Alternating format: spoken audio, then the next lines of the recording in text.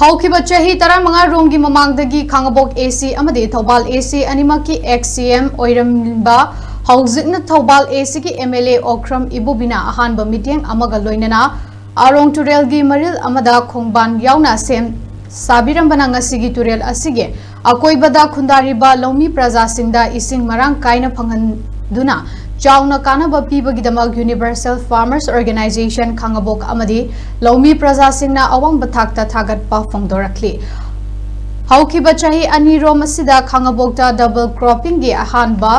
ihau lakpadagi ahenba meeting changbagi tangai fadaba lakpadagi Universal Farmers Organization Khangabokna matam kayadagi mamangdagi seasonaba yadana lakiba arong turel makha dambu simjinabagi haijarubada Khangaboki sitting MLA Okram Surjda Kumarna semjin sajanbagi thabak paikhat piduna ising marang kaina phanghanduna Khangaboka Kunthangna Ladiba Kunsingda su double cropping ge ihauda Kumang yang na chansilakpada Universal Farmers Organization Khangaboki Secretary Moirang Them Munalna ikai kumnaba utpagaloinana thagatpa phongdokli Khangaboki laupari lisingama henbada khudong chaba pibada natana tongan ba local singda henba ising piduna Chinjak mipal tangdana bahona biba gidamaksu loumi loop asigi Joint Secretary Ningthauzam Tombana MLA Surja Kumar bu Tobimal Khangba ulakli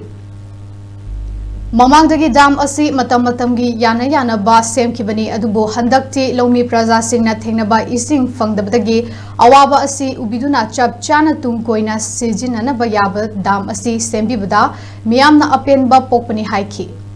Hiramasigi matangda Khangabok Part 3 Administrative Committee gi Chairperson Moirang Them Mohena su asigumba loumi prajagi internet da MLA Surjakantana lokhat liba thabak thoram asigi damak thagatpa phongdokli Uriba dam arong turen makha dam hairiba dam ase hanak kendra sigi MLA Honorable Shri Surjakumar Okramna sembi badagi hoje oijeta uriba local sing ase double cropping matik chana toba thangle turel sibu tobiram liba XCM Shri Okram Ibu Singh hoje ki kendra sigi MLA Shri Okram Surjakumar Singh makhoi anibo han thagatsari loumi praja singya awabasi yengbiraga hadiba damsi yadadana matam sangna lebuda matam gi matung inna sarna masi ubangna adagi matam gi thimbirame adu banakti chapchabi dam amoibagi mapang kanna innovation tawre aduna jiki damsi leirabunina khamok praja gi loumi mayam se lopari lising ama gi mathakta thungban maya do sure asomda lopari